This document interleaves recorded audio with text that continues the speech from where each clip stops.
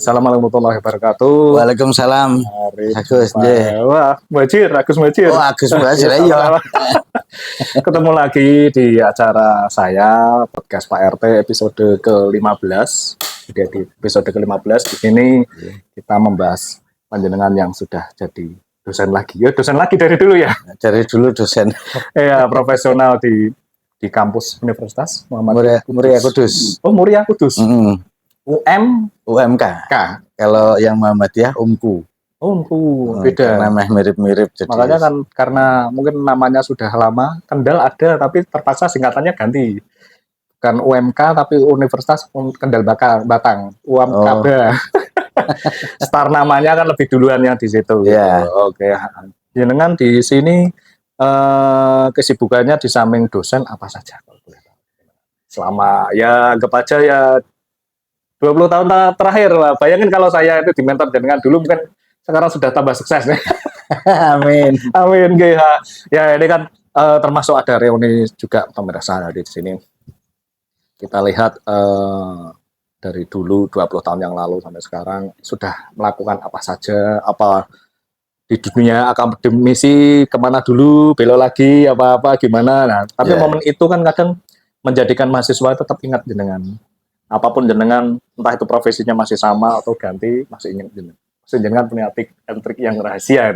Nah, ini sebelum bahas itu kita bahas jenengan 20 tahun terakhir tuh sibuk apa aja ini, wah. Isi awet nom, ubannya jarang saya malah umannya kayak kita tuh. Ini sulapan gitu. Karena deket mahasiswa banyak ini pasti.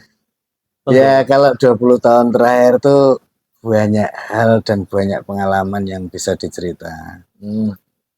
Awal itu kan karena mungkin di kampus lama itu gaji minim, akhirnya harus dipaksa memenuhi kebutuhan. Jadi pagi ngajar, kadang siang keluar ke CV, balik ngajar sampai malam, jemput istri, jemput anak. Perjuangannya berarti wah, Superman multi profesi. Di Maidupora berarti cara mikir ini. Nah dari situ terus saya sempat digandeng teman alumni Jerman untuk di pekerjaan PLN Tegal, dan akhirnya saya keluar dari kampus pertama. Di sana juga memang nggak mikir target harus gaji atau apa, yang penting karena ada kesenangan. Waktu itu mainan peta pertama kali, peta dari Google. Akhirnya peta harta karun. Iya, karena memang waktu itu kan masih jarang yang bermain di sana. Terus saya main di situ, meskipun ya sampai mendapat posisi kepala cabang, tapi dengan gaji di bawah. Wah, tidak dilanjutkan standar lagi ini. Nah, tapi justru dari situ karena memang sudah keluar dari kampus dan memang itu satu-satunya mata pencarian, ya totalitas dan pendekatan dengan orang-orang PLN di level bawah juga. Jadi apapun yang mereka inginkan saya coba dampingi. Endingnya malah ada salah satu supervisor yang melihat, dan almarhum barusan tahun kemarin meninggal. Dia melihat terus waktu itu curhat ada kendala di Kendali jarak jauh, remote Kendali. Terus dari situ saya cetuskan ide, kita buat dan sukses. Cuman terpasang di Tegal untuk 100 titik itu hanya menggunakan SMS Gateway. Kalau PLN kan menggunakan SCADA. Dari sisi nominal satu SCADA itu 150 juta. Wah, segituan lah. Untuk koneksinya dengan FO itu per bulan sewanya 1 juta per titik. Nah, saya buatkan alat tandingan. Alatnya kecil, itu menggunakan RTU 5011. Itu kita buat satu modul itu harga cuma 13 juta. Jadi nggak ada 10%-nya. Teknis meni gitu. Nggak ada 10%-nya. Terus koneksinya menggunakan SMS hanya 29.000 per bulan. Nggak pakai WA cuman itu. Zaman waktu itu belum ada WA. Oh iya. Belum ada WA memang. Nah, pakai SMS terus itu terpasang 100 titik di Tegal. Terus Kudus minta, kita dapat order 40 titik dengan nominal lumayan fantastis, 760-an. Ya, jadi aset sana, aset kapling sama ganti kendaraan. Intinya cuman dari ide untuk keinginan belajar tok. Belum, nggak pernah berpikir materi. sambil jalan mesti dapat lah. Nah, ya. Maksudnya kan Dan di situ kan jenengan, maaf saya potong ya. Nah. Berarti kan di situ ibaratnya jenengan saat terjun di akademisi lagi. Berarti kan misalkan ada mahasiswa kan kadang kalanya sing celelen, alah ngomong toh paling belum tahu terjun lapangan gini-gini. Wah, jadi kan sudah punya CV kurikulum vitae yang heboh. ya waktu itu saya punya 6 CV. Lumayan karena untuk pekerjaan itu kan kita gonta-ganti dan per tahun di tahun 2008, 9 sampai 2010 itu rata-rata 2012 per tahun kita 2,5 M. Padahal kita hanya kantor nggak ada, kantor hanya rumah sendiri, pokoknya sambil jalan. Nah, terus kalau kemarin pas 2019 corona itu kena imbas kan? Sebelum itu malah. Oh, mas, sebelum itu malah. Sebelum itu saya udah mulai capek di 2013 dan bisa bertahan sampai 2015 selesai. Tapi sebelum itu juga mainan prank. Prank jualan prank di Sayong Demak itu 3 hari. Tambak atau prank itu di situ? Itu jualan prank dulu. Oh, enggak sama tambak kan di Sayong kan setelah itu. Setelah prank kan. Dari hasil prank itu saya mulai mainan rumput laut. Nah, prank itu kan per hari rumput laut. Saya untuk es itu jajan atau rumput laut masih original itu bawah untuk air. diekspor ke Jepang. Oh gitu. Jadi kita deal waktu itu mereka minta 100, saya nego karena nggak mungkin sanggup. Kita hanya bisa masuk 10 ton. Oh gitu. Tapi itu berawal dari prank tadi. Per hari 3 truk. Alhamdulillah. Pirang hektar nih. Tapi ya nyari sendiri dan capek juga ya memang kan yang namanya kerja mesti capek. Ada bebannya pasti kan. Padahal lagi itu kan menemukan pembeli kan. Iya. Karena kendala. Oh, kalau di Sayong kita nggak mencari pembeli, pembeli yang datang. Oh, karena tambak-tambak itu berarti istilahnya wilayah itu merek itu sudah ada. Berarti wong tinggal nyurvei pengen tumbas milik siapa gitu. Oh, gitu. Dan di sana memang baru ada 1 orang waktu itu terus saya jadi pesaing dia. Orangnya tekun sudah sepuh tapi bisa haji plus. Dan yang kedua kalinya hanya gara-gara jualan prank. Oh, berarti kan istilahnya ada niatan ibadah memang target ngeri kan berangkat haji itu kan. Jadi otomatis nanti usaha bisnis apa ngikutin katanya kan urusan akhirat dulu, oke, dunia nanti mengikuti. Nah, cuman kadang orang kan orang mikir akhirat. Dan dari PLN itu sempat ditarik di kantor pusat. Waktu itu kantor pusat saya di Bangkaraya 21. Itu punyanya salah satu adik petinggi. Oh gitu. Adiknya Presiden Mega. Oh, adik iparnya. Jadi cuman memang jujur di Jakarta nggak kuat mental. Harus berangkat 5:30 pulang jam 11 malam. Satu ketabrak macet apalagi nanti hidup di jalan. Jadi hidup di jalan. Ini nikmatnya di mana? Bingung saya. Nikmatnya mambu kenal pot. Ning dalan macet. Butuh cepet sepaneng. Terus balik ke Tegal lagi itu ngurusi PLN sampai akhirnya dipinjem nama sama UMK. Waktu itu juga rezeki yang nggak dikira karena pas dipanggil Pak Dekan sana terus dikenalkan WR1, ijazah saya dipegang, Mas ini jenengan minta berapa? Uji ya. Kebetulan kok kumat gila. Wah, ini disensor gak ini bahas orang ini? Enggak masalah karena itu memang ternyata rezeki itu bisa datang dari mana saja. Ya kan berarti kan istilahnya kan jangan saat direkrut itu kan jalur prestasi, jangan sudah pernah kemana apa-apa. Jadi mungkin kampus satu mungkin itu ya. Tapi justru yang saya lihat di situ bukan masalah itu, justru masalah celelean saya.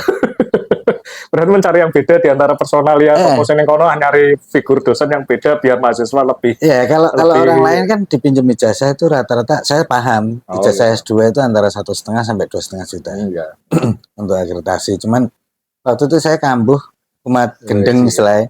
Serta nekat bro. Pas ditanya Mas minta berapa? Ih bapak saru. Saru. Loh saya fotokopi Rp50 Pak. Saya mau minta Rp500. Udah pakai aja. Toh saya nggak di akademik kok. Iya. Silakan pakai aja. Bapaknya geleng-geleng yang belakang sambil ngelus dodol. Ngelus dodol tetepan liarnya di mana? Justru habis itu pulang saya dirangkul Pak Dekan. Mas bantu ngajar di sini gimana? Dosen Semarang yang ngajar di Kudus itu per pertemuan 75. Saya malah jangan saya langsung ya. Bener itu. Dan itu makanya saya bilang rezeki yang nggak terpikir. Karena apa? Per datang saya dihargai 200. Berarti kan ngeri, lebih sekian ngeri. kali lipatnya, ya Iya. kan, hampir 3 kali lipat lah. Nah, terus waktu itu akhirnya terus diminta ikut tes juga di sana, dan meskipun usia udah 38, musuh adik-adik S2 yang Yes, baru, besar, besar.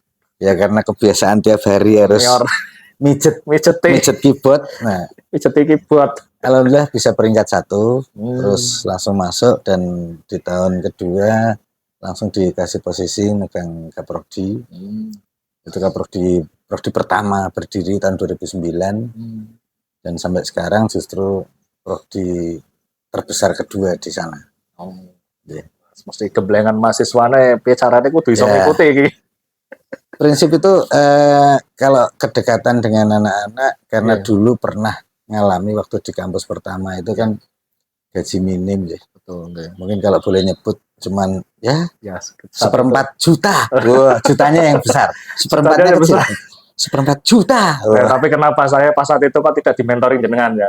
Saya saat itu lihatnya gini, wah jenengan sama mahasiswa, sama tim jenengan tak lihat, wah aku mendekati dikit aja levelnya abad iki. Makanya aku udah saat keluar dari kegiatan sehari-hari tetap kuliah, betul ya. Kita nyambi saat itu kan juga saya nyambi kerja opo sembarang serabutan, saat itu juga bisnisan opo sembarang, terus sisi programming tetap tak jalankan. Itu yang ada mau wah piye carane nak oleh proyek gawe program ojo ketemu tim jenengan. Terus sih wah kalah profesional kan aku nyari yang job kecil-kecil. Enggak, kalau tim itu sebenarnya gini ya. Saya bentuk itu karena saran dari Pak Agus Barudin, orang Pertamina nomor 2 di Jateng DIY, dan sekarang beliau ada di pusat, cuman saya udah lost contact. Waktu itu saya ditawari kursusan, berani menggaji 3 kali lipat yang saya terima. Padahal gaji saya cuma 1/4 juta.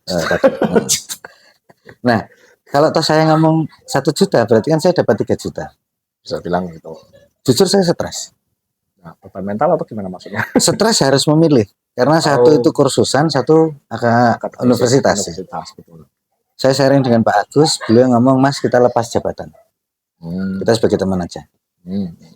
Kata-kata beliau masih tak hafal sampai sekarang. Kalau dengan masalah uang, sekarang saya kasih 1 miliar, habiskan sehari bisa enggak? Bisa Pak, saya bilang. Bisa. Tak belikan mobil 5 selesai. Langsung. Ya kan? Nah, bisa enggak 1 miliar itu untuk membayar orang, apapun yang kamu lakukan, orang itu akan belain. Wah ya repot juga. Itu 1 M di tahun 98. Oh 98. 97 atau 98 pokoknya. Wah itu gede ya Pak. 1 M zaman gue yang pada saiki mungkin 2 M, 3 M setara. Cuman terus kalimat beliau yang paling nusuk, Mas jenengan di kursusan, orang kenal tuh hanya maksimal 6 bulan. Mereka bayar, kursus kan paling 3 bulan, 6 bulan, ya kan? Pas kenal itu akrab. Setelah selesai, loss. Nggak ada keterkaitan apa-apa.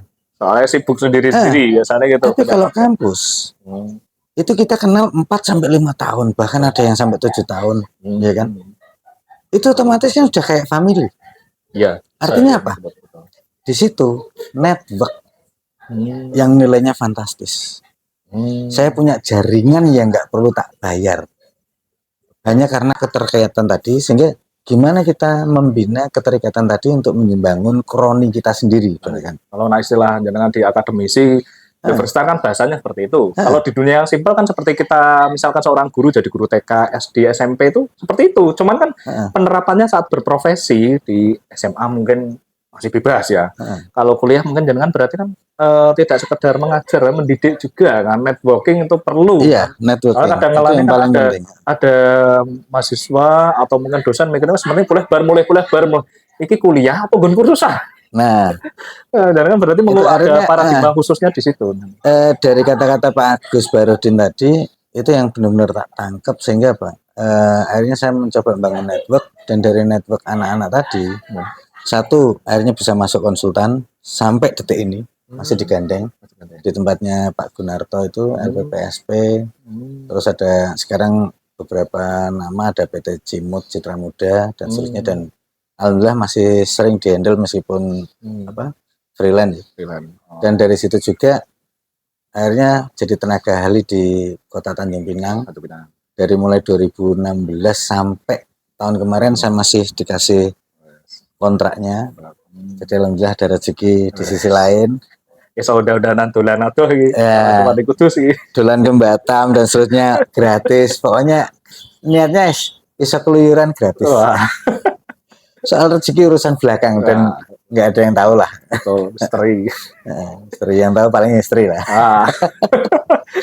Ya suka duka berkeluarga kan seperti itu. Ada istilahnya kita. Nah memang dari network tadi justru saya bisa dapat rumah, mobil, dan semua aset-aset itu justru karena kedekatan dengan anak-anak. Sempat ada yang lempar, wah Panjul tutulan nilai, tutulan skripsi. Saya bilang, ya saya jualan, tapi saya nggak minta sekarang. Mintanya 5-10 tahun ke depan. Tapi kalau sudah sukses. Karena apa? Begitu mereka ada masalah di kantornya, yang bakal dia cari adalah orang yang dekat kan. Nggak mungkin orang yang saklek. Nah itu yang utama. Dekat dulu, atau momen istimewa, atau khas biasanya gitu. Apalagi kadang katanya ada ciri khas gini, belum tentu si mahasiswa itu kadang ada reuni-reuni rutin tiap tahun berapa tahun ikut. Kadang malah yang unik tuh yang nggak pernah ikut. Soalnya dia pengen langsung ketemu dosen yang dituju siapa. Sampai alhamdulillah ini baru pagi tadi tadi malam kita ngupload ke hosting di London di Kedutaan Besar Timor Leste. Itu juga karena ada alumni yang ada di sana, alumni dari kampus pertama dulu. Mas Manuel, enggak tahu kenapa kok tahu-tahu saya dikontak, Pak, saya di sini butuh ini. Oh siap. Ya. Nah itu saya fungsikan untuk melatih anak-anak juga. Jadi jujur kalau coding sudah pensiun lama karena mata sudah nggak sanggup. Jadi akhirnya bina anak-anak. Justru yang saya suka itu bukan anak yang pintar. Kenapa? Apa karena pintar itu identik bosan mereka atau gimana? Apa? Kalau pintar itu monoton ya. Kalau saya melihat itu karena apa? Ya pintar itu karena orang belajar tiap hari dan seterusnya. Saya justru berarti senang. Takut ada titik jenuhnya. Ada satu sisi dia selesai sudah nggak lanjut kadang lagi. Frustasinya anak pintar itu sulit untuk mengendalikan. Beda kalau anak nakal. Di kampus pertama itu kan hampir semua yang nakal dekat. Nah, dan alhamdulillah ada yang jadi kepala dinas di Kalimantan Timur. Terus Mas Erik di Papua itu juga punya kendali posisi dan banyaklah alumni yang nakal lagi dintek pas kuliah. Tapi ngomong-ngomong jenengan tahu dari guru TK ora? Biasanya kan ada yang anak nakal tuh dintek pas zaman TK, SD, SMP, atau pas puncaknya di kuliah ya nakalnya telat nih. Tapi kalau nakal buat saya itu identik cerdas yang belum menemukan pintu yang harus dilalui. Berarti mengarahkan. Begitu mereka tahu pintunya, mereka akan lari buanter minta ampun. Yang di Kudus tuh ada anak. Orang tuanya sampai ngeluh karena apa? Tiap minggu dia diundang ke sekolah, anaknya mabuk di sekolah. Dan memang anaknya kecil, pendiam, nggak nakal-nakal trek-trekan tuh enggak, tapi mabuk. Nah, begitu tak gandeng, belajar coding, dia memang sudah punya bekal, terus tak arahkan. Tiap kali stres, mabuk. Tapi setelah itu, 1 minggu kerjaan selesai. Wong belum bisa Android, tak paksa belajar seminggu. Harus belajar cepat. Begitu stres, mabuk, berikutnya jadi 1 minggu. Motivasi waktu tinggi. Waktu itu aplikasi. Tapi setelah mabuknya sih teman kan alon-alon ya. Waktu itu aplikasi untuk di Kementerian LHK deteksi dini kebakaran. Nah itu kebetulan kan juga dari alumni juga Mas Roni Pekunden. Dulu Mas Roni nakalnya kayak apa? Sekarang si neng kos-kosan ngeliar mobil kontrakan mobil mahasiswa. Dulu kan rumahnya Semarang juga dia Mas Roni itu. Terus sempat tes di kementerian tuh lolos, akhirnya di Ujung Pandang terus pindah ke kementerian. Nah dari sana saya ngelempar aplikasi deteksi dini kebakaran. Itu idenya simpel, hanya ngeload dari satelit NASA untuk dikirim email terus diimplementasikan di Android. Jadi masing-masing desa tuh langsung lihat pembuktian ini titik api atau pantulan genteng. Itu simpel. Dan di situ bisa menghemat anggaran pemerintah miliaran. Karena kalau dulu kan kebakaran hutan, kabupaten turun tangan, provinsi turun tangan, dan nasional turun tangan. Endingnya laporannya nggak jelas semua. Ya, begitu kepemilikan data DDW kadang-kadang kan ya satu sisi itu, tapi semenjak diluncurkan aplikasi itu terus terpusat. Laporan yang terpusat sehingga langsung kepantau, oh ya ini udah di tangan ini, udah di tangan ini. Jadi kapan pemerintah harus mengeluarkan itu kalau memang benar-benar fatal. Oh. Cuman bertahan sampai 2019 terus ya tidak tahu lah aplikasi diganti. Saya cukup bangga. Biasanya. Saya cukup bangga 3 tahun bisa nyumbang pemerintah untuk mengantisipasi kebakaran tadi. Karena kan keluhan negara tetangga kan kalau pas ada asap itu kan ada asap. Nah, 2019 ke sini kan mulai ada lagi. Sebelumnya kan tidak ada 3 tahun itu. Ya, karena mungkin WT tambah akeh lah. Nah, nanti kan jangan inovasi kan akeh juga kan. Satu sisi anak tadi sekarang lumayan keren karena omsetnya per bulan 2,5 M. Hanya jualan konveksi online. Nah, kaos ini konveksinya. Ini kaos ini produk satu anak lagi, anak troso, anak troso. Jadi ini tenun troso, tapi dikombin dengan kaos. Tapi nak gini tuh biasanya resikonya ngelinting loh Pak, dadanya trikose. Oh enggak, ini kan karena kalau troso kan memang bagus ya. Oh gitu.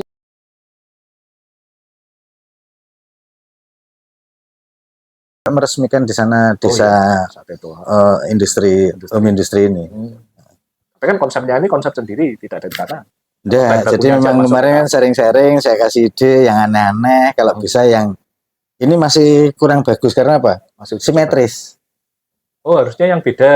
Harusnya satu sisi yang lain beda. Itu kan sekarang orang melihat kan yang unik itu yang nggak sama gitu loh. Kalau sama ini kan membosankan. Ini dibahas lain ini tentang konveksi. Setelah saya juga agak tahu. Ya maaf ini kalau nyebut merek. Tadi kan nyebut merek.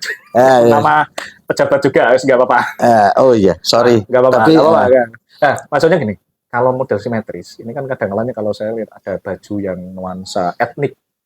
Wedok biasanya busana muslim. Misalkan ya ini maaf. Karena kita biasanya episode baru kita nyebut merek dulu nggak apa-apa. Mohon maaf. Mereknya Tunika. Ada. Tunika itu kan modelnya kanan kiri tidak simetris, asimetris berarti kanan kiri rotor ini modelnya gini. Tapi sisi uniknya di situ. Cuman kan itu untuk wanita, belum ke pria. Nah justru itu keunikan tadi kan kayak mungkin kalau melebar lagi karena profesi ya sebagai dosen, anak-anak kan sering kali ngeluh, Pak judul saya dicoret-coret, Pak judul saya ditolak. Udah masalahnya pengen simetris dosen sesuai secara kampus pengen simetris ilmunya kadang-kadang kan. Karena apa? Yang diajukan anak itu rata-rata ya monoton gitu loh. Iya, monoton. Ambil contoh gini. Aplikasi surat menyurat. Itu kan sudah banyak banget. Sudah banyak banget. Nah, tapi mereka nggak berpikir pengembangan surat menyurat itu untuk apa? Kalau saya melihat sebenarnya kan gini. Surat menyurat kalau saya mau ada kegiatan. Artinya apa? Ada agenda kerja. Betul. Dari situ kita bisa membuat undangan, bisa absensi yang rapat nanti kalau by system ya. Terus notulensi juga bisa. Itu jenengan melakukannya mulai tahun kapan? Oh sudah dari awal sih saya ngasih ide 2010 ke atas berarti. Saya 2008 sudah di sana, 2007 sudah di kampus yang kan baru. Konsepnya seperti di kampus pertama dulu. Saya 2004 dipaksa. Wong jurusan komputer tidak boleh bahas tentang komputer, mudah saya. Saat itu saya tuh malah bahasnya tentang astrologi dan peramalan, jadi astrologi Cina, astrologi Arab, astrologi Jawa itu masuk. Jadi teman-teman bidang-bidang lain dimasukkan ke situ, diimplementasikan di komputer. Tapi kan kelemahannya sidang itu muncul pertanyaan gini, kesannya panjenengan itu bukan mahasiswa komputer, tapi mahasiswa lain belajar komputer. Kalau saya kok kurang setuju. Kurang setuju. Karena apa? Kita di bidang komputer itu kan melayani seluruh bidang.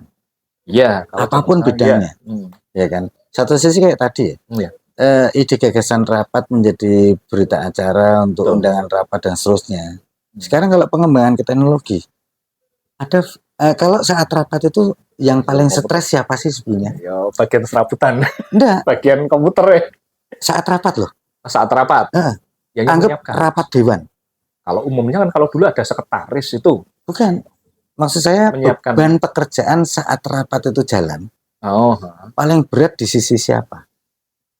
Nah itu pertanyaan saya bingung kayak. Ya kan? Nah kita anggap gini, rapat dewan.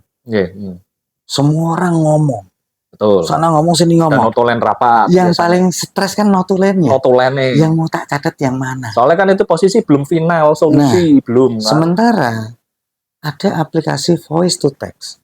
Ada, teknologi sudah ada. Artinya apa? Dari surat menyurat tadi dikembangkan jadi agenda kegiatan. Betul. Terus di dalam rapat tadi ada voice. Voice ya betul. Cuman masalahnya kalau orang pakai handphone untuk ngomong, kan nggak lucu toh. Dewan rapat kok megang handphone.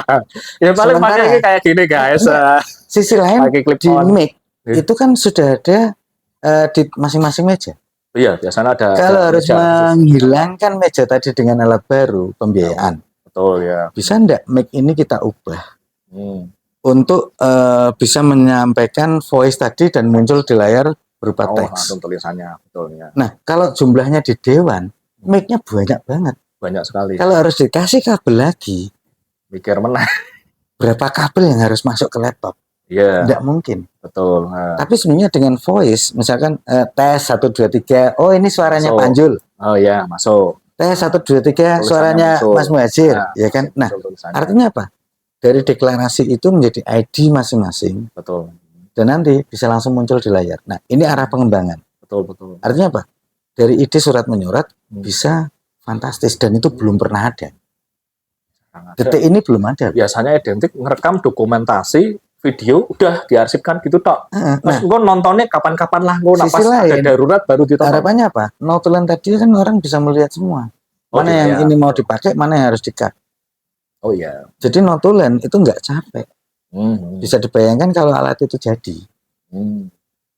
Hampir seluruh dinas itu ada ruangan rapat. Ya, harusnya ya kan? Gitu. Harus seluruh instansi ada ruangan rapat. Standarisasi ada. Berapa cuannya? Ya. Ini nggak gini loh. Oh, gitu. Kalau gini receh. Enggak, kalau gini receh. Ini apa? Gini. Kalau yang bahasa Korea sudah gini loh. Akhirnya birama gini 3/4 apa nah itu kadang yang nggak dipikir anak-anak pengembangan dan juga teman-teman di lingkungan profesi saya itu tadi ada yang saklek ini mana komputernya nggak berpikir bahwa kita orang komputer harus melayani. Nah memang kan kadang-kalanya maaf saya potong Pak. Jadi kadang-kalanya kan gini, cah komputer itu kan identik kalau sekarang itu harus bisa multi bidang, dipaksa. Bahkan puncaknya tuh dulu di sekolah kan ada kurikulum pelajaran sekolah TK sempat ada, di SMA atau SMK ada, terus sempat hilang terus ada lagi. Terus paradigmanya kan kalau ilmu sekretaris dulu orang bikin proposal itu apa harus ilmu sekretaris punya gini mau komputer urusannya beda selain itu tapi kenyataannya kan gaya proposal ya dewi sinau gawe iki sinau mimpin rapat kudu iso iki dan sebagainya. Nah memang sih kalau di dunia profesi di kantor kan mungkin identik wong TIK itu bagian serabutan, nyervis dan sebagainya. Tapi saya pernah jumpai gini di suatu kantor, pimpinan pas lagi keluar, ada tamu dan sebagainya. Kalau wong IT cuman kameramen ini terus, mas sini mas, suruh mimpin rapat, bisa.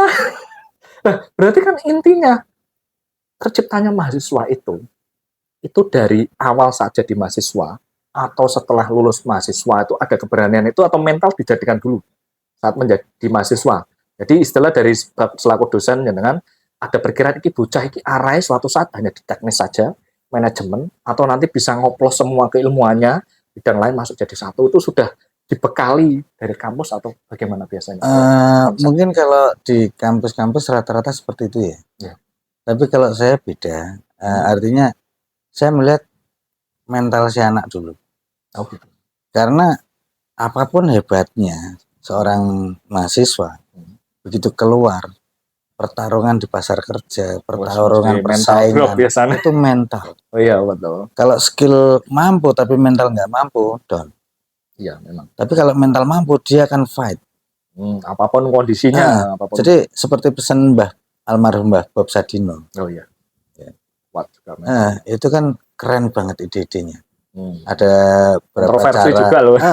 Berapa cara belajar goblok untuk bukan buat blog tapi goblok bener. Dan itu benar-benar ternyata sebelumnya saya sudah menerapkan hal itu. Dan setelah baca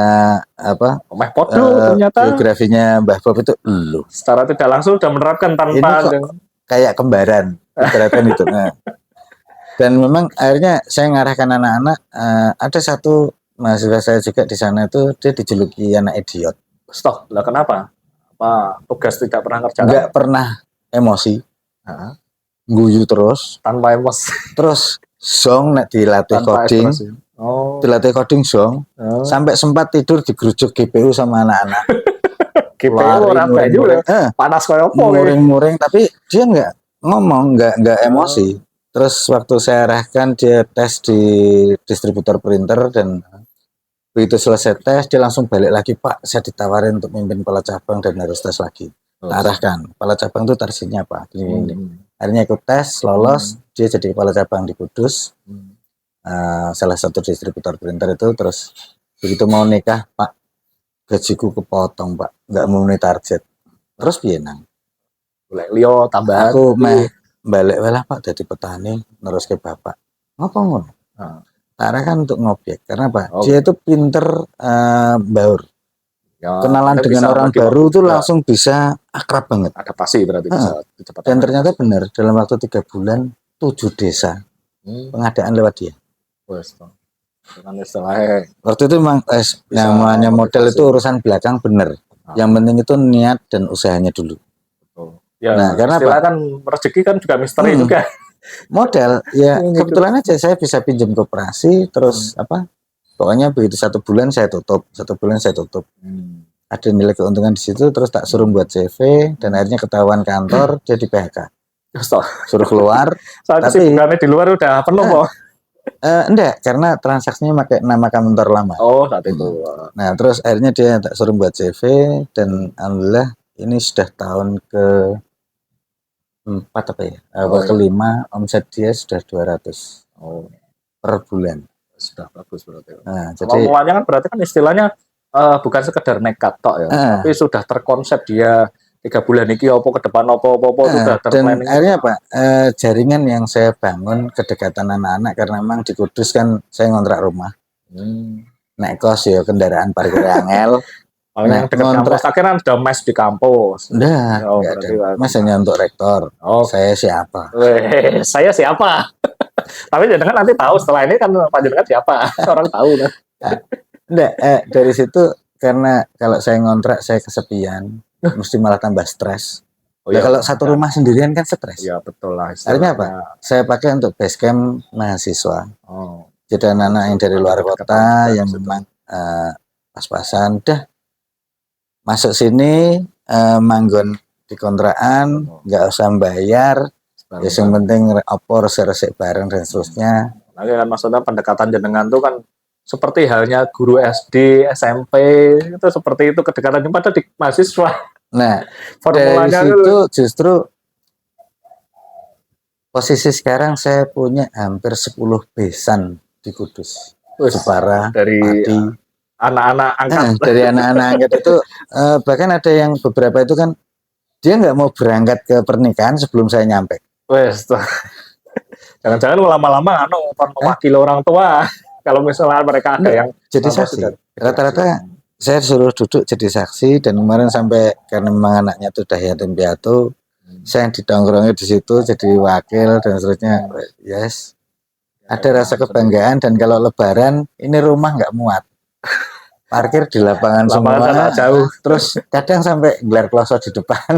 Rame-rame kan sisi uniknya gitu. Jadi pokoknya Lebaran keempat itu mesti jatah untuk anak-anak pada datang dan sekarang punya julukan baru. Apa itu? Mbah Kum. Fotonya sakit. Kan nambah sedulur, nambah rezeki juga kan. Kalau dulu kan orang dulu kan. Ternyata filosofi banyak anak banyak rezeki itu benar. Cuman kan tinggal kita mentafsirkan. Asal bukan kita yang ngasih makan gitu loh. Kalau banyak anak kita yang ngasih makan, memberikan makan motivasi. Iya.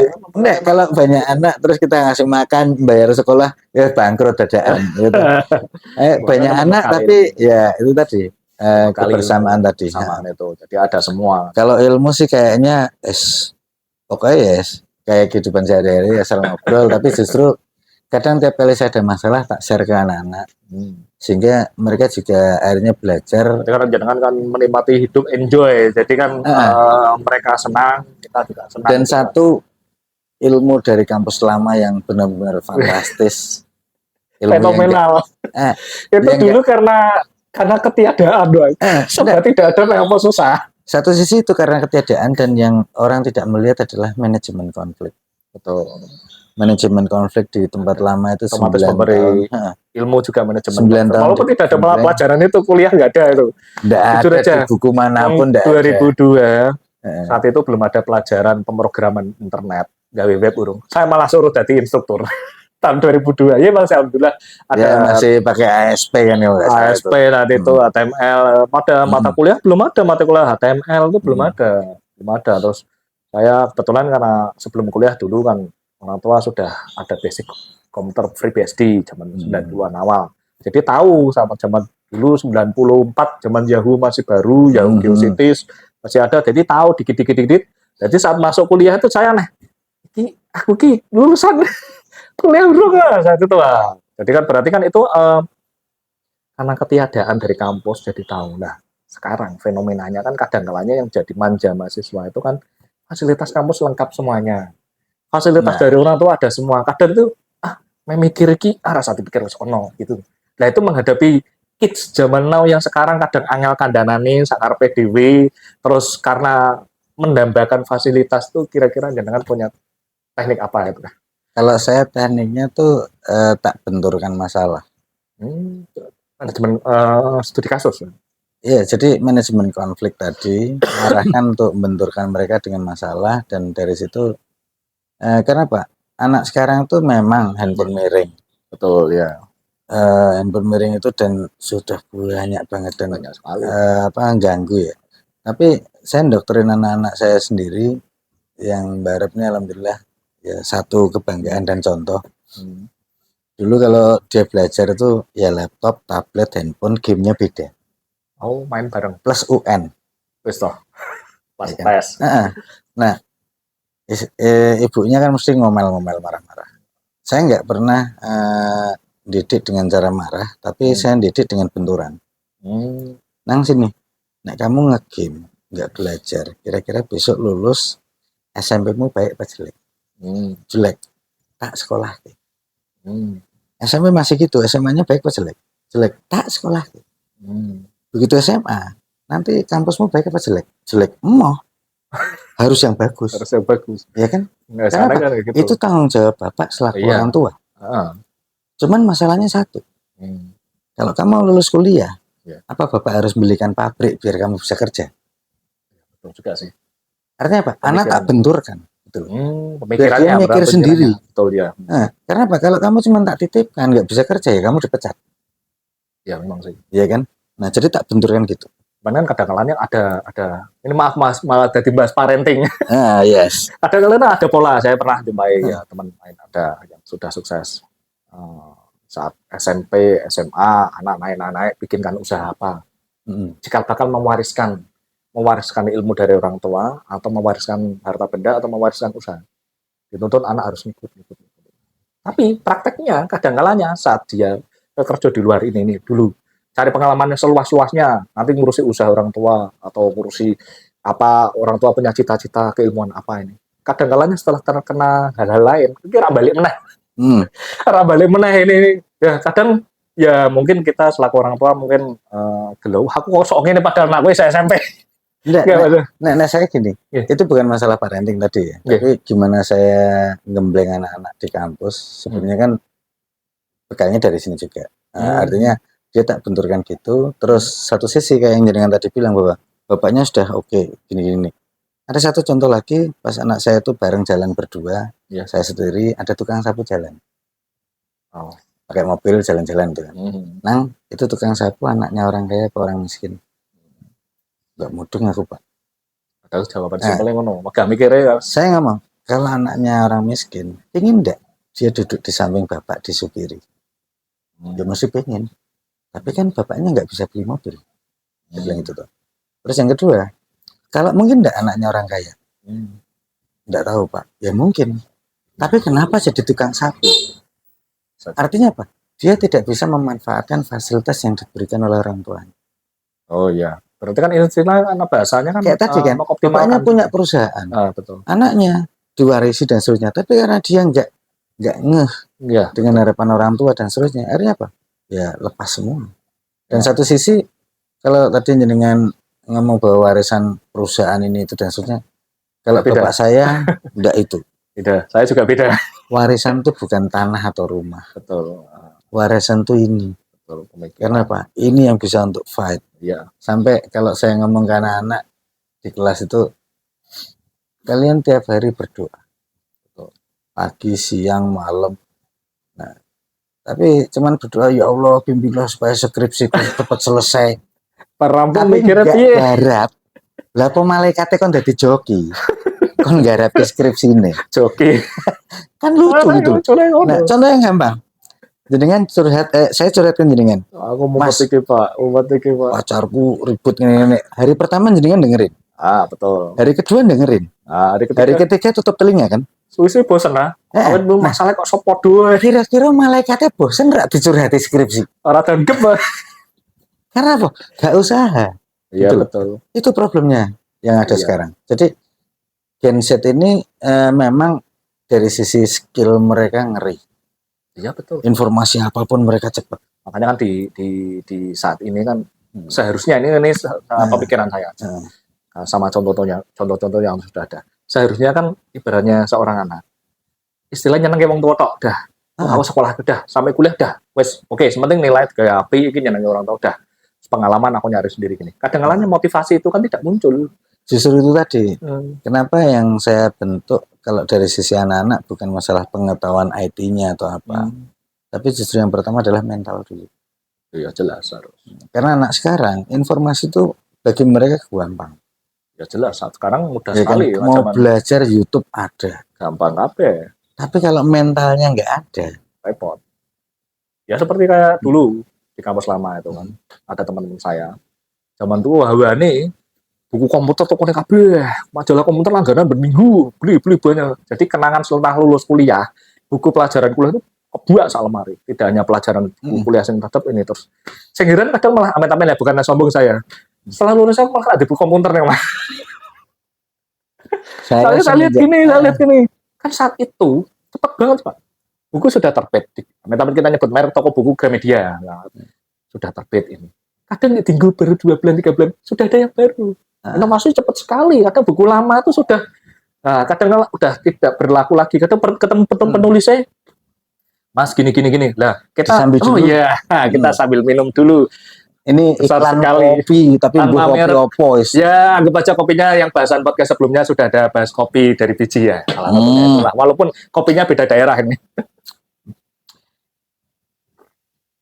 Nah, di situ dari titik-titiknya ada yang mahasiswa itu hobi ngumpulin buku untuk kenang-kenangan kampus biar nanti kalau wisuda kan biasanya ada figura perpustakaan buku itu kan hanya MMT atau apa. Ini mungkin mereka ada yang memang koleksi buku banyak. Mungkin alasannya dapat uang dari orang tua untuk menyenangkan orang tua. Bukunya kayak anakku iki lulusan iki betul ya betul ada betul. Lah ada lagi gini. Setelah buku banyak orang tua senang. Saya orang tua ya semoga orang bukunya serapu bekal ilmu sudah ada. Nggak ada koleksi buku banyak nggak ada. Terus saya pernah ketemu penulis. Gini Mas, saya senang buku laris di awal. Tapi yang mumet itu penulis biasanya oleh duit ki 6 bulan pisan. Nah, buku komputer baru aplikasi baru rilis 2 bulan 3 bulan udah ada. 2 bulan pertama saya dapat Mas.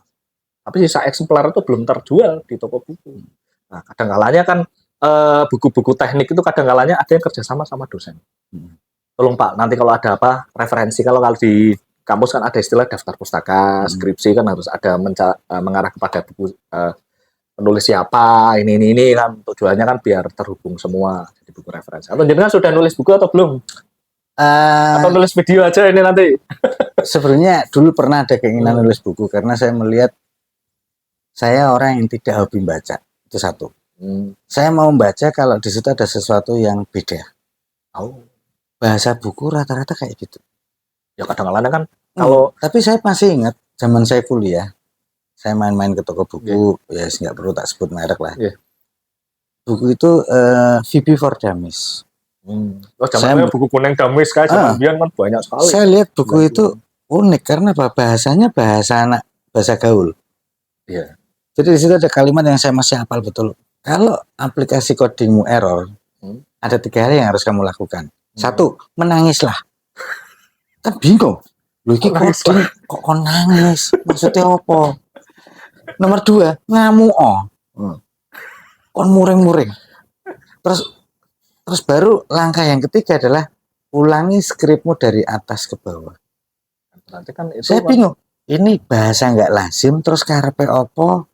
Ternyata begitu saya tekuni, saya pahami, oh benar. Saat kita emosi, saat kita coding emosi, nggak ketemu, itu kadang kalau dipaksakan malah ngerusak yang sudah jadi. Iya, sama. Padahal kurangnya cuma titik, koma, spasi. Ya, Kan itu yang bikin error. Ya, suka duka penulis kan gitu. Karena Pak, kita sudah capek mata. Jadi tadi benar solusinya. Lelah pikiran. Menangislah. Dengan menangis itu air matanya keluar, jadi mata nggak pedes. Nggak pedes. Yang pertama. Masuk akal. Ya kan? Yang kedua, kita udah kemurungsung, udah dicolke. Jadi emosi ngamuk. Sing ngamuk itu jantai. Lah, dulu kan komputer saya sampai belakang tak kasih jaring. Wes ta.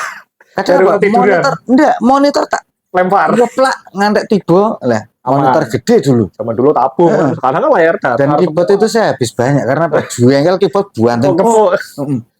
Kadang sampai saya ngoding tuh naik ke meja. Ngetrip. Ya memang sampai dapat julukan mutan nggak lazim. Saya ngasihkan ide. Kan berarti kan dunia penulisnya asli ini kan seperti halnya dunia pikiran, Pak. Istilahnya kan kalau jangan di kampus atau apa, kita menghadapi masalah. Mahasiswa menghadapi masalah. Berarti kan istilahnya faktor sedih, nangis di depan tuh tetap perlu. Istilahnya main plong sih ning hati mungkin Pak piye. Kalau udah plong kan main mikir apa bisa. Tapi kan ada yang modelnya gini. Kalau tadi ada contoh mabuk-mabukan mahasiswa. Ada si mumet masalah urip ini harus ngeluh, tinggal lungo, tinggal minggat, bilang kontak atau apa dan sebagainya.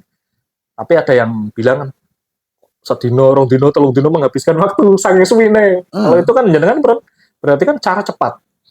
Sejam, rong jam nangis, ngeluh ngamuk-ngamuk wis baru tinggal turu leren plong bisa aktivitas lagi. Jadi waktu gimana kita mengeluarkan emosi? Saya kadang di kelas tuh sampai ya saya ngomong ke mahasiswa ya. Anak-anak itu tiap pertemuan pertama saya selalu minta maaf karena semenjak kita kenal mulut saya nggak bisa dijaga. Ngomong kadang asal, terus nek muring-muring ya tak uring-uring tenan, tapi saya nggak pernah masukkan hati, barbar gitu loh. Ya memang nanti pikirin jangan guru psikologi atau guru teknik ya, apa manajemen. Ya memang seperti itu. Misalnya di dunia teknik di lapangan itu kan gimana kita harus bisa tetap bekerja dan ada masalah di sekitar itu tidak mempengaruhi pekerjaan harus tetap beres. Kalau saya tadi ide bahwa orang untuk fight itu harus multitasking. Ya, artinya betul. Apa? Kita nggak hanya dengan satu bidang ilmu. Ambil contoh, jenengan berantem dengan saya, sama-sama pegang pisau. Yang menang siapa? Nggak jelas. Belum tahu. Penonton pun. Tapi nek jenengan megang pisau, saya megang pisau, tambah pistol, senapan otomatis, bisa pelontar rudal. Kalau salah. Kira-kira yang menang siapa? Penonton pasti tahu. Nah, artinya saya orang IT. Dulu saya dipaksa di Keuskupan Agung bangun aplikasi keuangan. Kalau orang TI kan suruh belajar keuangan, saya TI kok belajar keuangan. Tapi kan tetap tolol. Enggak, itu tolol. Ya kan? Kenapa? Ternyata rezeki saya rata-rata malah justru ending aplikasi itu apa sih untuk perusahaan? Betul. Laporan neraca rugi laba, ya kan? Itu. Terus di PLN belajar elektro. Terus gak masuk nyambung bener. Nyolder konslet dan seterusnya ya, tapi tangan kenyunyuk solder. Berarti kan jangan termasuk diliput di podcast saya itu kan termasuk konsisten di banyak bidang, orang bidang satu tak konsisten bidang. Ya sampai jualan pring itu kan saya dilecehkan juga sama temen. Bukan dudulan pring. Nyambung. Dia nggak mudeng. 3 hari 1 truk ya. Nah iya. 1 truknya. Jadi jangan ngeten ketemunya misal dosen, oh ini nganu di. Ya aku dosen jurusan bangunan arsitek, soalnya kan untuk menyuplai. Nah, beberapa video story saya itu kan di kontrakan tuh. Saya melihara kelinci, makanya nyabut suket di tembok. Lah kok botolnya ucul kabeh. Otomatis kan apa? Yes, bareng-bareng sama anak-anak ngaduk semen, tak cor, tak buat apa cakar ayam biar rumahnya nggak ambruk. Nah, pas anak-anak nggak ada di rumah, bingung aku. Nganggur butuh olahraga piye iki. Ngayai pasir mau sport olahraga. Enggak, akhirnya apa? Ayaan pasir itu tak kasih kawat. tak Oh, taleni sama kursi, oh diletakke to, Heeh. miring kene kok. video tak pasang, tak on kan, tak goyang-goyang sendiri gini. Kan Tutorial satu orang ya. olahraga. Selesai tendang, dung. Selesai tendang, dung. Habis itu tak aduk, ngelepot dhewe, garap dhewe jadi. Jadi, iya. Nah, sampai akhirnya di kampus juga dijulukin, wah ini dosen bangunan. Terus satu sisi ada teman-teman, karena saya juga hobi anggrek. Waktu itu hanya sekedar hobi, terus Iya. teman-teman Ternyata banyak juga itu. ini sedikit, kalau Oh, yang di iya. Kudus lebih ngeri. Iya. Oh, ya, apa-apa Kudus lah tak cek. Nah, waktu itu kan saya punya lokasi untuk ambil tuh murah banget. Nah, teman-teman minta ke sana, tak ajak, terus pulang itu mobil Ford yang gede. Nah, kursi belakang kan ditutup, itu untuk anggrek semua. Yang duduk semua megang anggrek. Jadi ada 3 orang di belakang, depan satu sopir. Yang nggak bawa itu cuma sopir. Oke, sopir kan. Bawa ya repot dong. Pas keluar, nggak tahu kenapa idenya konslet. Bos, tolong di video ke. Saya ngambil duit 300. Ayo semua penglaris. Ngertinya bakul tenan di dalam ki. Cuman ngupload gitu di kampus. Atau apa? Paginya yang minta itu ada 5 orang. Datang ke rumah, Mas iki piro? Wah, 100.000. Dibayar. Pada saya beli 10.000. Kok jebul dodolan anggrek enak ya? Iya, penyajiannya kan itu kan otomatis kan jarene wong kan termasuk biaya distribusi, pengangkut, biaya marketing, biaya pengemasan, biaya konsultasi. Sempat kemarin saya jualan, dan waktu itu saya datangkan dari Jawa Timur anggrek Vandamini itu 1 dus harga 450, terus tak kasih kayu-kayu tak ikat, yang 4 tak jual 25, yang 8 tak jual 50. 1 minggu balik modal. Untungnya, wah anggrek masih puluhan jumlahnya. Bahkan kayaknya ratusan deh. Berarti kan ini kan berarti bukan masalah jenengan bagi waktu, bagi mikir. Soalnya antara mikir perihal ide sama kampus. Di luar ngajar. Iya. Di kontrakan tuh mau pulang, macet. Oh iya. Bensin. Berarti tenaga. Ning dalan pikiran ide meluap-luap iki berarti. Enggak. Akhirnya Pak, saya stay di Kudus.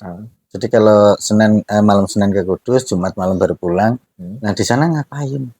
Oh, ada rutinitas. Nah dari situ kadang terus kalau jalan lihat ada kayu tak ambil. Efek weekend. Kayu-kayu tak gereji. Jadi akhirnya apa? Ini di depan ini kan ada olahraga apa ya? Saya tunjukkan boleh? Tapi nggak boleh. Nah ini saya ambilkan sebentar. Oke. Wah, ini yang dibahas jadi agak beda guys. Wirausaha ini kan. Ini saya kasih julukan kapal Nabi Nuh. Wah. Dari kayu bekas dibuang. Ini kan kayu apa Belandar itu. Ada lubangnya kan. Iya. Kayu luku ini. Jati. Nah, kalau nanamnya apa namanya pakai pot sudah terlalu umum. Nah, umumnya kan biasanya kan pakai pot itu kan. Bukan pot apa yang dari pakai saat digantung itu kan anggrek bisa diatik di situ. Ini kalau ditaruh di meja itu kan sudah keren banget. Oh, nah ini tapi ini muat berapa tahun? Biasanya kan oyotnya tambah gede. Loh, no problem. Semakin banyak dia kan kayak di tumbuhan di aslinya di hutan. Oh gitu. Berarti nggak masalah berarti.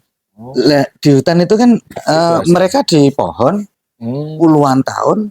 Kan berarti anggrek kan model masuk oyot ini terus dia tidak misal lubang nggak cukup kan ke sekitarnya samping-samping. Ini sendiri kan saya dapat dari Sulawesi. Waktu itu saya beli anggrek grama ini sempat di Mboja itu ya seginilah dipegang tuh segini. Tingginya cuman paling 15 cm batangnya. 4 biji itu 1.600.000. Itu tuh pasti berbunga. Berbunga. Ya tergantung perawatan. Oh gitu. Nah, terus saya dapat ternyata dari Sulawesi gede selengen. Dan harganya wow.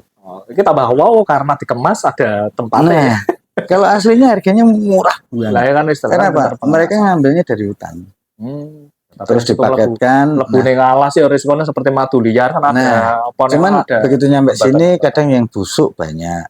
Karena yang bisa hidup tuh hanya beberapa, sehingga memang harganya menjadi fantastis. Ya kan kirim paket itu. Paket. Terus ngerawat ini tak rawat sudah hampir 1 tahun lah. Sempat berbunga, ini kan bekas bunganya 3. Jadi bunganya itu kayak kulit macan.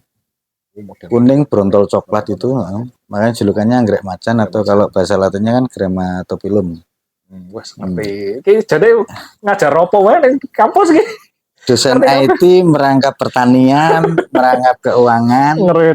terus elektro juga. Iki suwi-suwi ibaratnya kampus, wah maaf Pak, jenengan ngajarnya cukup ini aja keilmuan 1, 2, 3 saja udah, yang 4, 5, 6 jangan dibahas secara di formal. Ya sekarang pun malah justru ngajarnya teknopreneur sama manajemen proyek. Memang kayak gitu kan. Saya lihat kan Mm. 10 tahun terakhir itu memang seorang mahasiswa lulusannya atau mungkin ya mohon maaf mungkin identik IT ya. IT bisa merambah bidang lain. Kalau orang yang sudah di bidang lain mau merambah bidang lainnya kadang malas. Karena kita IT kan ibaratnya harus satu karena terbiasa karena aplikasi hanya terus. Otomatis harus belajar cepat satu itu kan. Otomatis terus ada ilmu-ilmu lain yang mengadopsi ada aplikasi otomatis kan melu sinau-sisan. Sebetulnya gini, itu yang mungkin bikin anak generasi Z itu agak down atau malas karena memang pertumbuhan aplikasi itu kan mengerikan. Mengerikan juga. Hampir tiap hari itu ada aplikasi baru. Betul. Nah, cuman anak-anak tuh gak berpikir bahwa apa yang sudah dimiliki itu bisa dikombin. Contoh yang gampang, yang remote kendali tadi. Oh iya. Itu kan kalau beli sekada 150 juta itu kan ngeri. Itu juga, duit dana pemerintah ya, anggaran pemerintah BUMN. Nah, saya ngadopsi cuman RTU kecil. Apalagi kalau sekarang ada Raspberry ya. Itu lebih fantastis lagi karena komputer mini. Itu hanya kecil terus ada SIM card di situ. Saya hanya berpikir ini untuk micu harus pakai relay. Saya nggak mudeng relay. Sementara ada orang di dalam, orang internal di BUMN itu, Pak kita punya orang-orang elektro. Ya udah Pak ini Pak saya nyolder konslet terus kok. Akhirnya mereka yang bangun komponen-komponen tadi, saya ngarahkan, terus saya minta anak untuk membangunkan aplikasi, jadi. Dan dari situ akhirnya apa? Belajar bahwa tidak semua provider itu memberikan layanan yang wow. Karena apa? SMS itu kan kalau lebaran mesti pending. Pending. Nah akhirnya Pak dari semua provider saya nyoba. Ada satu provider yang mungkin nggak boleh nyebut nama lah. Nah itu dia tanpa delay. Dan per bulan tanpa batasan SMS hanya bayar 29.000 waktu itu. Pokoknya modelnya langsung ibaratnya selang langsung wes orang ditampung dulu, nggak simpen database dulu, langsung kirim yang penting. Nah, sisi lain juga saya melihat adanya masalah itu justru tantangan karena apa? Ini masalah. Kalau boleh saya ngomong jorok bahwa di balik masalah itu selalu ada cuan. Kenapa jari tengah? Nomor 1. Bukan.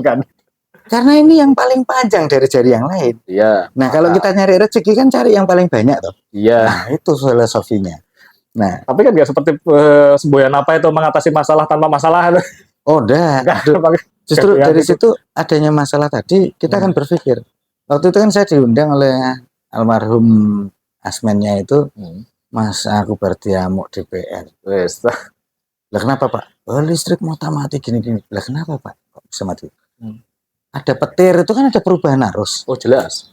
Nah itu kalau nggak ada alat yang bisa deteksi itu untuk langsung putus, trafonya kan. Oh ya. Harga trafo berapa? Lumayan. Nah yang dikasih sekada itu hanya di APSU. Yang di tengah itu kan yang juga rawan. Nah akhirnya apa? Kita bangun alat tadi untuk kita taruh bahwa di beberapa peralatan jaringan itu langsung begitu ada perubahan dia langsung warning. Dengan SMS tadi. Sampai waktu itu kita melihat ada yang namanya apa fault indikator yang digantung itu. Jadi kalau ada perubahan arus dia ada berubah warna, muncul cahaya. Oh gitu. Ini jadi agak ingat tak potong dulu.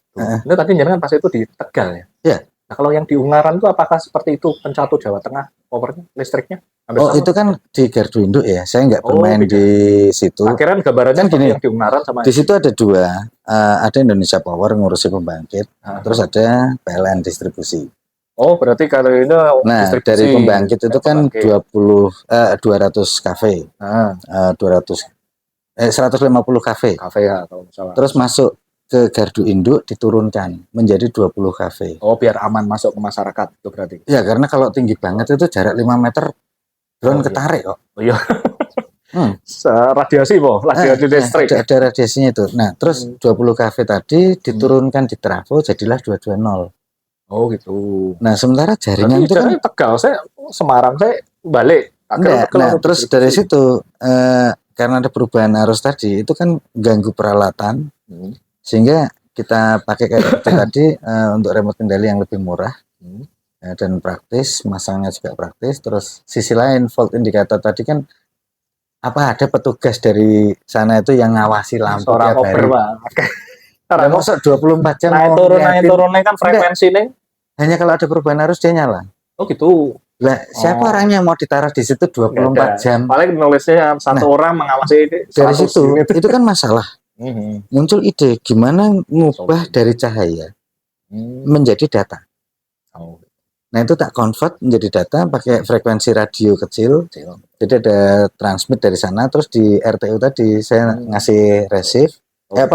Sana receive, sini yang menerima langsung ngirim WA, SMS ke server. Ada perubahan, langsung klik, jaringan diputus. Jadi peralatan aman. Nah, kita kan di masyarakat ya. Kalau saya kan sebagai RT di rumah ngertinya listrik mati, suwi, paling ya di garis depan yang di situ, di Maido, telepon ada kata-kata padahal kalau di balai layar lebih mumet seperti ini. Jadi memang ada banyak PR yang sebenarnya itu PR tadi justru saya itu senang karena adanya masalah kita harus belajar untuk bisa mencari solusi. Ambil contoh gini, dulu pimpinan saya waktu di Tegal itu kan karena dia alumni dari Jerman. Dia sempat ada pekerjaan di Sungai Ciliwung atau sungai mana lah, itu yang sampahnya emang bejibun. Dia bawa robot kaki 6 untuk membersihkan sampah. Itu dari Jerman katanya alat paling canggih, paling hebat. Di sini masuk Indonesia baru diturunkan, nggak jalan. Loh, kenapa? Jadi komentari masyarakat atau bukan? Nggak jalannya di Jerman. Ada nggak orang buang sampah di sungai? Nggak ada di sana. Nah, alat tadi masuk Indonesia baru jalan 1 nginjek kasur, jalan 2 nginjek gedebok. Ya, susah meneh. Nah, artinya apa? Masalah tadi sebenarnya yang bisa mengantisipasi ya kita sendiri, bukan teknologi dari luar. Karena apa? Betul. Teknologinya kan beda diterapkan gitu. Iya, walaupun teknologinya udah hebat kan. Di sini itu gimana kalau buang sampah itu sudah jadi budaya, buang kali, buang bangkai. Sebetulnya kan masalah itu kan menjadi rezeki buat kita yang mau berpikir, rezeki buat kita yang mau mencari solusi.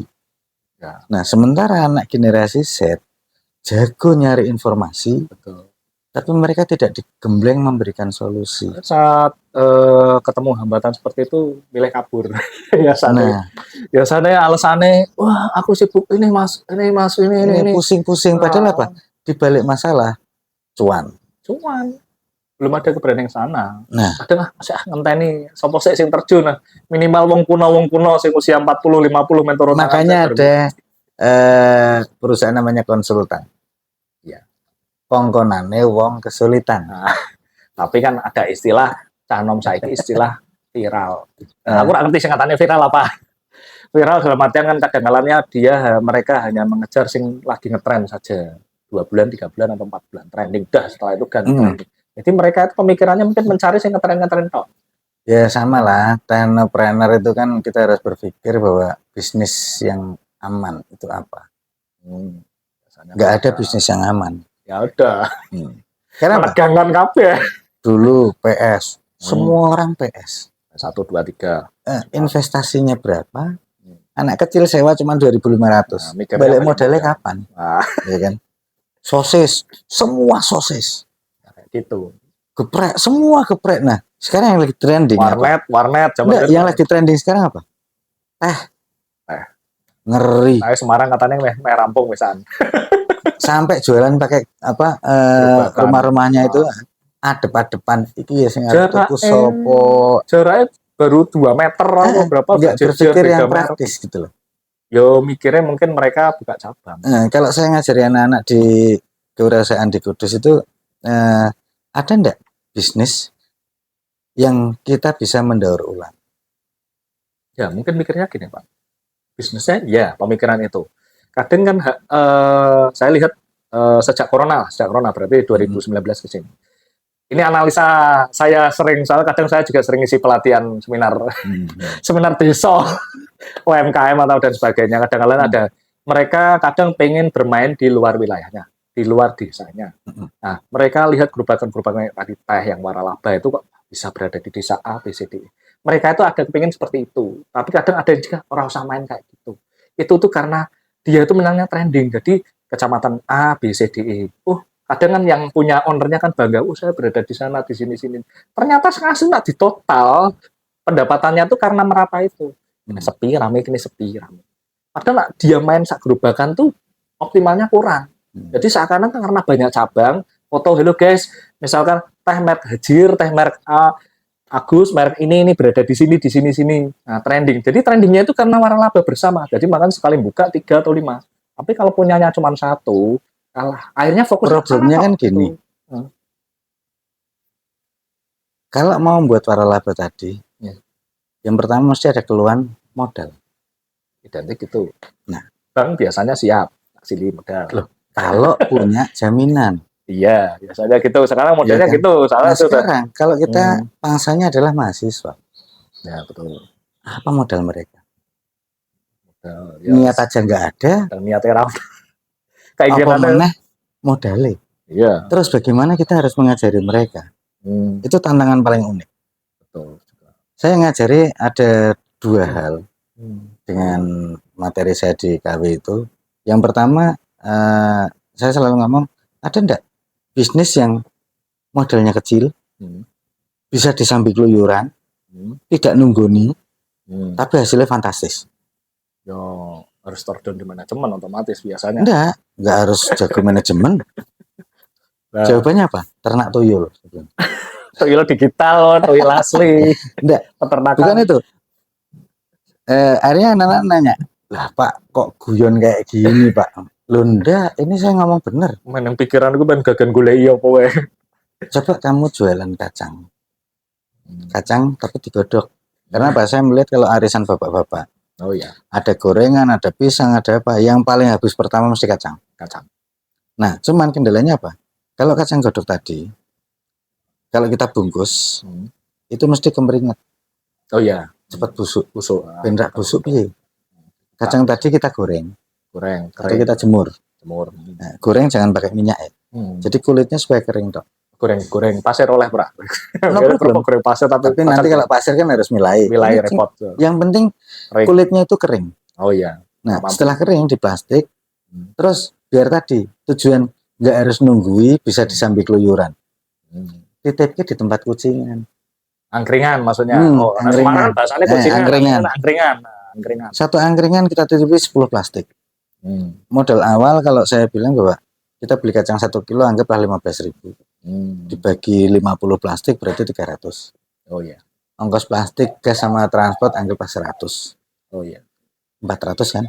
Saya titipkan harga 800. Berarti anggapnya mahasiswa ini iso undan-undanan rono, isu karo sore nyetor rono, ngeceki. 800 tadi berarti kan untung 400. Iya. Kalau satu angkringan saya titipi 10, 4.000 deh. Sesore saya keliling 100 kucing angkringan bisa enggak? Bisa kan? Keliling berapa? Satu kota ibaratnya. Nah, kalau 400 ditambah tadi kan sudah 400 kali 10 4.000 kali 100 400.000 satu hari. 30 hari. Ya, istilahnya dengan ide itu bisa mahasiswa sebagai 30 hari. 30 hari udah kelihatan. 12 juta. Ya. Anggaplah Pak, apa laku semua? Anggap nggak laku semua, masih 6 juta. Masih tingkat rendahnya. Gaji S1 masuk pabrik. Masalah anak gaji ini hubungannya karo UMR, Pak. Tiap kota kan UMR. Justru itu. Dengan ini hanya jualan kacang. Dapat 6.000. Lebih fantastis kan daripada supervisor pabrik. Terus waktu tidak terlalu tersita. Daripada supervisor pabrik loh. Iya. Sisi lain kalau kacang tadi nggak laku. Buka kacangnya, beracang cilik-cilik. Iya. Gawe peyek. Iya. Tipis itu toh. Masuk ke plastik, satu plastik isi 3 peyek, satu plastik kacang tadi mungkin bisa jadi 2-3 plastik. Titipnya 800 nih, badin lho. Iya. Bisa didaur ulang juga. Ya kan? Bisa juga dilakukan oleh mahasiswa, bisa. Nah, peyek ora payu. Kadang muncul pertanyaan gitu lagi. Justru itu. adanya masalah itu memberikan solusi untuk bisa kita mendapatkan yang hasil yang lebih. Tapi kan gini Pak, dengan selaku dosen memang sih kesannya kita repot. Ibaratnya kita membina UMKM yang sudah jadi atau mahasiswa yang mau terjun. Soalnya tadi hambatan gitu, perihal modal. Kemungkinan terburuk kalau misalkan iki rugi rak payu bisa diturunkan produk baru lagi. Dengan baru A, B, C, D. Jadi kan istilahnya biar bocah itu jangan takut pilihan A gagal, masih ada B, C, D yang turunannya dari itu. Padahal dalam turunannya integral. Kalkulus. Zaman Rian mata dosen Pak. Sebetulnya kan semua bisa dimatematiskan. Bisa. Ya kan? Dan matematika Gusti Allah itu nggak bisa diprediksi. Turunannya. Artinya apa? Kalau peyek tadi nggak laku, saya tinggal ambil panci, tak taruh panci, tak kasih air, godok, kan sudah ada bumbunya toh. Bumbunya sudah ada. Nggak perlu ngasih bumbu lagi. Iya betul. Nanti hasilnya kita plastiki kecil-kecil, di staples, taruh di atas nasi. Jadi nasi kucing. Nasi kucing. Lauknya adalah kacang. Harganya 2.500. Berarti kan bisa dijadi kalau misalkan dia mahasiswa memang suatu saat jadi swasta atau memang terjun swasta atau mungkin sebagai sampingan atau mungkin yang ketiga sebagai sales. Itu kan berarti kan harus ada keberanian keliling. Kemudian keberanian misalkan tidak sesuai keinginan ditolak atau tadi apa terendahnya pendapatannya belum. Sekarang gini lah, anak muda ditolak itu kan sudah umum, apalagi kalau tampangnya jelek. Ya kadang-kadang kan ada ketakutan ditolak kan biasanya ditolak kan ditolak. Nah, lamaran kan kerjanya dengan usaha akhirnya kan dapat jodoh. Iya. Iya kan? Nah, contoh saya ngajari anak-anak, kemarin ada anak cewek datang, Pak, apa? Kenapa toh Pak? Nah, ada cowok tak deketin kok langsung lari. Trauma. Bukan gitu. Nah, kamu mau tak jawab pakai bahasa kasar atau bahasa halus? Saya bilang gitu kan. Nah, bahasa kasarnya gini. Awakmu bunder. Pendek, wireng. Kemungkinan terburuk ya. Iya kan? Apa sing arep mbok dandani? Susut lemak, larang. Ya kan? Ya. Ben kulitnya putih, larang. Ribet meneh. Ben tambah dhuwur, ora mungkin diodot. Betul, ora mungkin sambung. Apa yang masih bisa diperbaiki? Pemikiran. Dan tahu Mas, itu saya cerita itu. Jarak 1,5 tahun, saya jadi senat di depan karena ya alhamdulillah kemarin laku di Kantiga. Anak itu duduknya paling depan dari barisan. Terus ada keberanian berarti. Enggak, bukan ada keberanian. Kalau wisudawan duduk paling depan itu apa? Oh iya. Cum laude. Lulusan terbaik, IPK tertinggi. Begitu dia datang, nangis aku. Pak matur nuwun Pak. Saya sungkem sama ibunya dan saya minta maaf Bu nyun sewu putrane jenengan kemarin tak uncet elek pol. Tapi saya bangga dengan hasilnya. Saya bilang. Ibunya juga paham karena anaknya cerita. Pak, kula matur nuwun. Nah itu yang kadang bikin saya stres kalau wisuda itu saya nggak mau datang aslinya. Saya tegang loh. Bukan ketemu wong tuane isin pernah. Ada komplain Pak. Dulu temenmu yang anak apa? Timur Leste. Oh iya, ada. Kan sempat datang ke kampus pertama itu dulu. Bawa Samurai 2. Wah, lagu ya. Pak Edi waktu itu ngasih nilai dia kok ditantang gelut. Wah, lagu ya. Langsung tak saut, ayo berantem sama saya. Cabut pedangnya. Tidak Pak, saya nggak berani sama Pak Panjul. Karena apa? Sekali dia narik dikeroyok cah Papua. Lebar. Karena yang Papua kan dekat semua. Dekat semua. Nah, akhirnya Pak, kalau kamu nggak mau nyabut, kamu harus manut. Dia manut tak gembleng akhirnya lulus. Pas wisuda. Saya ditemukan orang tuanya pakai baju safari, rambutnya putih. Itu yang bikin saya stres, jujur ini merinding ini. Merinding kopi. Karena apa? Pas salaman, mereka jongkok cium tangan.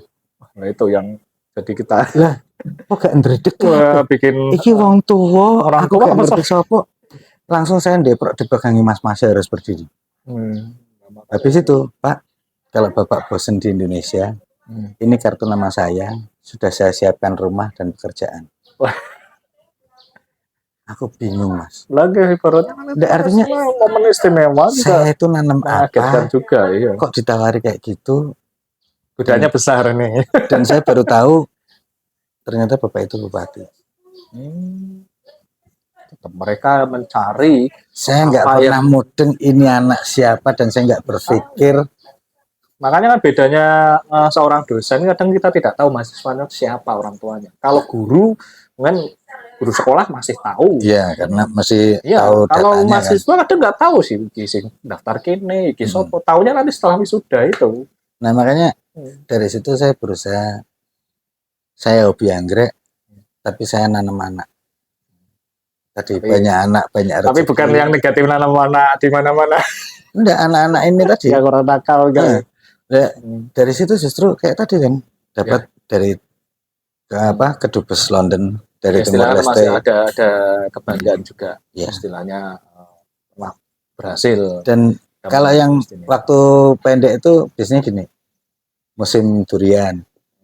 Tahu ada yang datang, Pak, panen. Dulen sak truk, Pak, monggo. Panen. Terus pete, tahu-tahu datang, Mbok, pete sak ombyo. Oh, tenang. Aku kok kayak dokter neng desa. Digawake macam-macam. Lagi aku tak gawake podcast wis tak liput wis. Ya, itu rezeki yang nggak pernah terpikir, dan kadang mungkin bukan saya sendiri yang dapat, tapi keluarga dan seterusnya. Nah, itu yang utama itu sih. Istimewanya juga. Soalnya kan istilahnya kan jenengan itu sudah bisa istilah menemukan formula mengadaptasi mahasiswa, mengarahkan mahasiswa, istilahnya selanjutnya mahasiswa diprediksi akan seperti apa. Ini besok ada tanggal 2 sama tanggal 4 dapat undangan anak nakal nikah. Karena dulu kan di ruang Ormawa itu namanya anak mabuk dan sebagainya, udah ditegur 1-2 kali kok masih. Ketemu pas acara malam pada yuran. Wah, tahu. Apa nang? Ya apa? Aku melu nang, urunan. Apa jeneng gini ya? Gimana Pak? Ayo ke base camp. Base camp. Mengarah berenam KO semua. Tetap kelenger tuh. Nang, entah. Beli lagi. Ampun Pak, ampun. Terus kayak apa? Berarti kan kalau jenengan secara ini ya, ini kita melihat ke dunia Islam. Jenengan pemikiran jenengan berarti mendekati Al-Ghazali. Jadi Al-Ghazali itu kan ada modelnya seperti itu. Siapa yang ingin berubah itu kan modelnya disponsori sampai tobat sak rampungnya. Itu di Al-Ghazali itu ada. Jadi saya ngikuti alur mereka karena apa? Kalau saya harus memaksakan alur saya, mesti akan dapat pertentangan. Ya. Itu yang istilahnya pertama. Kan saya sakarpe sarlep bukan sarmu ya pokoknya sak lempo ya sih. Jadi nanti kalau sudah sekiranya sadar itu bisa justru apa? Mereka terus tumpuan iuran. Buka kantin. Hanya menjual kopi. Model dari fakultas terus masih kurang tak tambahi. Sisi kekerapannya kan tadi ada anak-anak. Dalam waktu 1 bulan. Dia bisa balikin modal saya 5 juta. Aku keren. Dan sekarang setelah lulus, kemarin kan sempat diundang yang nikah pertama itu. Nikah pertama emang nikah ke biro? Enggak, dari ada 6 orang yang pertama nikah. Saya dijemput. Terus kok bawa mobil 2, yang satu pickup, bawa kulkas 2 pintu. Nang, itu kado nih. Iya Pak, teman-teman urunan. Lah aku rambut jali urunan. Sampean urusannya saya duduk manis Pak. Iki urusannya anak-anak. Sama bingung kan? Jadi saksi mawon. Saya geleng-geleng. Jadi terus kemarin anak saya nikahan. Nunggu temennya yang cewek yang satu geng itu dari Cilacap. Itu datang ke sini jam 11 malam. Maksa teko jam 11. Aku wis lempe-lempe ya ampun. Aduh kayak gitu. Iya. Itu penghormatan gitu. Iya. Buat saya wow. Iya. Karena Pak ya cuman kemarin memang nggak keluar-keluar, nek keluar-keluar, waduh, ganggu kebuat. Iki keluar-keluar neng YouTube iki. Jadi kan gue iki masih disare mahasiswa kisah sukses bersama Pak Arif Panjur. Amin. Padahal kita tadi bahasnya orang cuma kisah sukses toh, malah kisah sukses teman-teman bareng. Banyak yang sukses dan itu kebanggaan. Oke, yang terakhir ini kira-kira jenengan ingin berpesan apa kepada mereka mahasiswa yang belum lulus sampai nanti kalau sudah berprofesi, kira-kira panjenengan ada pesan-pesan apa? Pesan saya kayak tadi yang di VB for Dummies. Kalau kamu menghadapi masalah, syukur, nangis, Sak. Saat kemang mulai nangis gitu, meh ngamuk sak ngamukmu, bila perlu dosennya santet gitu. Baru kuwi mikir. Karena Ya. apa? Orang tuamu membiayai dan seterusnya itu juga nggak gampang. Ya. Betul. Jadi itu yang harus difikirkan dan harus berpikir juga saat ini orang tuamu mampu, kesempatan masih ada, kenapa harus ngeluh? Bayangkan kalau jenengan pulang kuliah ada pita bendera kuning di ujung gang, Wah, repot lagi. ternyata yang ada bendera kuning lagi di depan rumah dan rame, Nah, apa sudah siap? nah, Kalau hanya ngeluh, hampir semua orang ngeluh. betul. Ya. Yang penting bisa menghadapi. Yang diberikan termasuk di proyek itu harus gimana, wah itu saya nganggap bapak-bapak saya dan saya banyak belajar, jadi saya nggak membedakan etnis karena kebun suku Del, tidak ada masalah. Dan setelah motivasi jenengan sudah tinggi, monggo teman-teman mau ikut filosofi yang ada demi kesuksesan panjenengan semua. Yeah. Karena kita itu sukses bersama itu lebih asik dibanding sukses dewi. Kalau kayak sendiri bingung, kudu nyantuni sekitarnya terus. Iya. Nek kabeh sugih, ana wong miskin teko, Ya, wong do rebutan nyantuni, aku gerek meneng tengok-tengok wae. Karno. Ya. Intinya jangan hindari masalah. Karena di balik masalah ada cuan yang tersembunyi. Nah, itu. Oke, teman-teman, nah, itu terima kasih Pak Arif sudah sampai ke rumah ya, podcast Pak RT di episode ini. Kita banyak bagi pengalaman ini. Monggo kerso main delok iki mikir ngalor ngidul ngetan kula sebuah monggo, yang penting nanti ada yang baik, bagus, monggo bisa diterima, bisa diterapkan, termasuk berbagi pengalaman juga.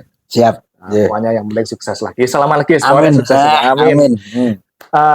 Terima kasih teman-teman. Semoga acara podcast Pak RT ini bisa bermanfaat ke panjenengan semua. Syukur-syukur bisa menjadi ide dan inspirasi juga. Selamat siang atau pagi ini?